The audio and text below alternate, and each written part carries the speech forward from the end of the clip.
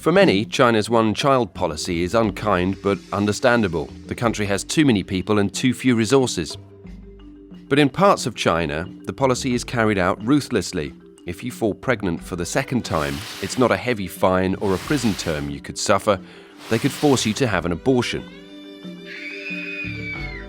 It was this injustice that inspired the self-taught lawyer and Chinese rights activist Chen Guangcheng to risk everything and protest by launching a lawsuit.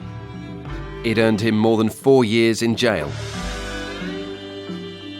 After prison, house arrest followed, or more accurately, his house was surrounded by hired thugs who took turns at beating him and beating his wife.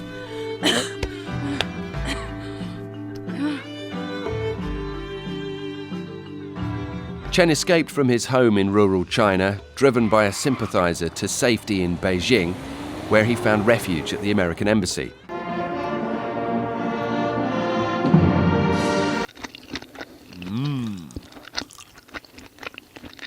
The Chinese authorities have threatened to put his family under fresh house arrest and are demanding an apology from the Americans for interfering in their domestic affairs.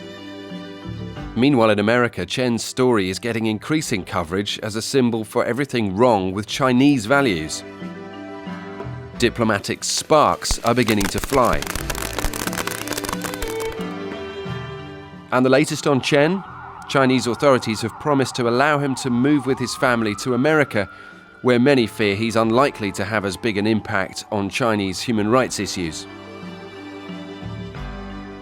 So life for Chen has at least become more secure, but what about the protesters like him still in China who didn't capture world media attention with a dash to a foreign embassy?